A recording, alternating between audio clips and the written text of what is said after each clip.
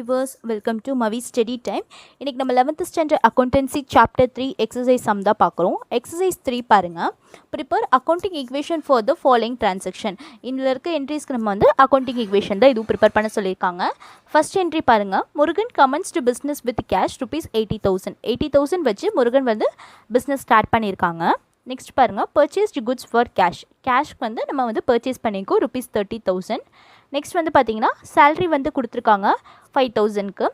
அடுத்த என்ட்ரி பாருங்கள், bought goods from Kumar for rupees 5,000 and deposited the money in CDM cash depositor machine மூலிமா இது பண்ணியிருக்கோங்க. அதாவது நம்ம வந்து குமார் அப்படிங்கிறவங்க கிட்டே இருந்து குட்ஸ் வந்து பர்ச்சேஸ் பண்ணியிருக்கோம் 5,000 ருபீஸ்க்கு.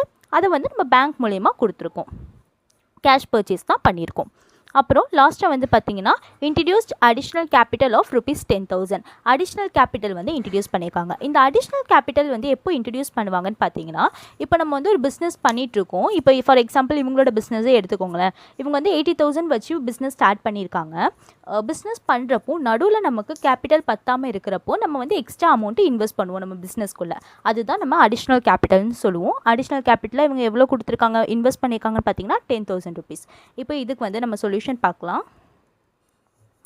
இந்த books of Murugan accounting equation, ஓகேங்களா. அக்கௌண்டிங் ஈக்குவேஷனோட ஃபார்மேட் வந்து போட்டுக்கோங்க. டிரான்சாக்ஷன்ஸ், அசட்ஸ் கீழே என்னென்ன அசட்ஸ் வரும்னு சொல்லி நீங்கள் கொஸ்டின் படிக்கிறப்பவே உங்களுக்கு தெரிஞ்சிடும். இப்போ நம்ம இதில் என்னென்ன அசட்ஸ்லாம் பார்த்தோம், ஃபஸ்ட்டு கேஷ் இருந்தது, கேஷ் வச்சு ஸ்டார்ட் பண்ணியிருந்தாங்களா, ஸோ கேஷ் இருந்தது. அதுக்கப்புறம் நம்ம பர்ச்சேஸ் பண்ணோம், குட்ஸை வந்து பர்ச்சேஸ் பண்ணோம், ஸோ அதை வந்து ஸ்டாக்னு எடுத்தாச்சு. நெக்ஸ்ட்டு வந்து நம்ம சேலரி வந்து கொடுத்துருக்கோம். அதெல்லாம் வந்து நம்ம எதில் இது பண்ணுவோம் பார்த்தீங்கன்னா, நம்மளோட கேபிட்டல்லேருந்து அந்த சேலரியெலாம் நம்ம மைனஸ் பண்ணிப்போம். ஸோ சேலரிங்கிறதுக்காக தனியாக நம்ம ஒரு காலம் க்ரியேட் பண்ண வேண்டாம்.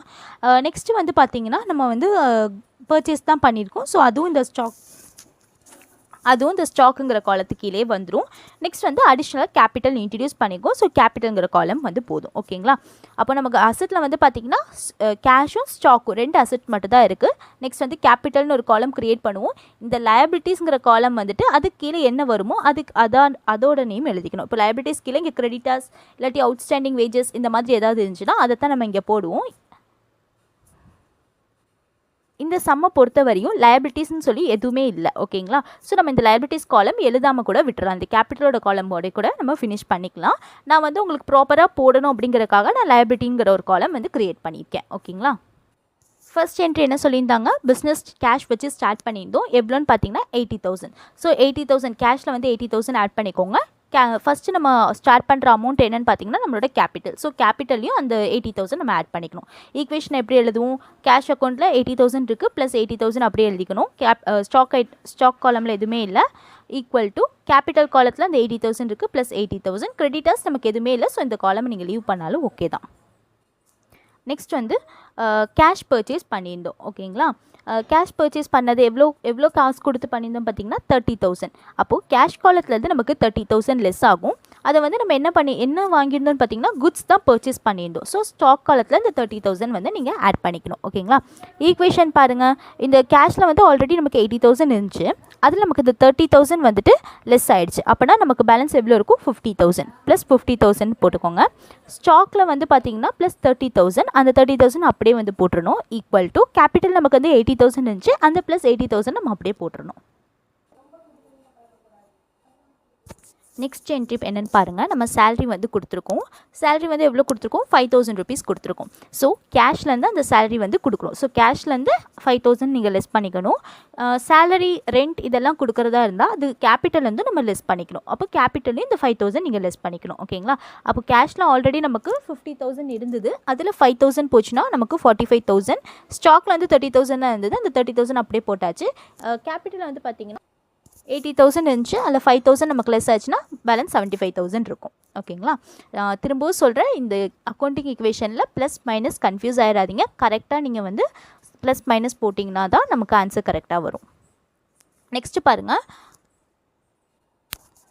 நெக்ஸ்ட் வந்துட்டு நம்ம குட்ஸ் பர்ச்சேஸ் பண்ணி பேங்க் மூலயமா அமௌண்ட் வந்து கொடுத்துருக்கோம். எவ்வளோ பர்ச்சேஸ் பண்ணியிருக்கோம் அப்படின்னு பார்த்தீங்கன்னா 5,000 ருபீஸ் வந்து நம்ம பர்ச்சேஸ் பண்ணியிருக்கோம். சாரி நம்ம பேங்க் மூலயமா கொடுக்கல, நம்ம வந்து குட்ஸ் வந்து வாங்கிட்டு அந்த அந்த மிஷினில் இருக்குது பார்த்தீங்களா, கேஷ் டெபாசிட்டர் மிஷினில் நம்ம டெபாசிட் தான் பண்ணியிருக்கோம். ஓகேங்களா? அப்போ நம்ம குட்ஸ் வந்து நம்ம வந்து எவ்வளோக்கு வாங்கியிருக்கோம், 5000 ருபீஸ்க்கு வாங்கியிருக்கோம்.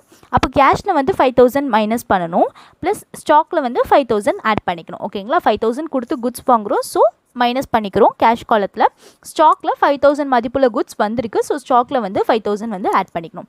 ஈக்குவேஷன் பாருங்கள், கேஷ் காலத்தில் ஆல்ரெடி 45,000 இருந்துச்சு, அதில் 5000 போச்சுன்னா நமக்கு 40,000. ஸ்டாக் காலத்தில் வந்து 30,000 இருந்துச்சு, ப்ளஸ் 5000 ஆட் பண்ணிங்கன்னா 35,000 ஈக்குவல் டு நமக்கு கேபிட்டலில் 75,000 இருந்துச்சு, 75,000 அப்படியே போட்டாச்சு. லாஸ்ட்டாக பார்த்தீங்கன்னா நமக்கு அடிஷ்னல் கேபிட்டல் இன்ட்ரடியூஸ் பண்ணியிருக்காங்க. அடிஷ்னல் கேபிட்டல் எவ்வளோன்னு பார்த்தீங்கன்னா 10,000 ருபீஸ் இன்ட்ரடியூஸ் பண்ணியிருக்காங்க. அது கேஷாக தான் இன்ட்ரடியூஸ் பண்ணியிருக்காங்க. ஸோ கேஷில் வந்து ப்ளஸ் 10,000 ருபீஸ், கேபிட்டல்லையும் நமக்கு அந்த அமௌண்ட்டை ஆட் பண்ணிக்கணும், ப்ளஸ் 10,000. லாஸ்ட்டாக ஈக்குவேஷன் பாருங்கள், இங்கே ஆல்ரெடி நம்ம கேஷில் வந்து 40,000 இருக்கா, ஸோ இந்த 10,000 ஆட் பண்ணால் நமக்கு 50,000, இந்த 35,000 அப்படியே போட்டுடுறோம். கேபிட்டல் இருக்க 75,000 கூட இந்த 10,000 ஆட் பண்ணால் 85,000. இவ்வளோ தான் இந்த சம். இந்த சம்மில் ஏதாவது டவுட் இருந்துச்சுன்னா கமெண்ட் செக்ஷனில் கேளுங்க. இந்த சம் உங்களுக்கு புரிஞ்சிருக்கும்னு நினைக்கிறேன். புரிஞ்சிருந்தால் ப்ளீஸ் சப்ஸ்கிரைப் பண்ணுங்கள், உங்கள் ஃப்ரெண்ட்ஸ்க்கும் ஷேர் பண்ணுங்கள். தேங்க்யூ.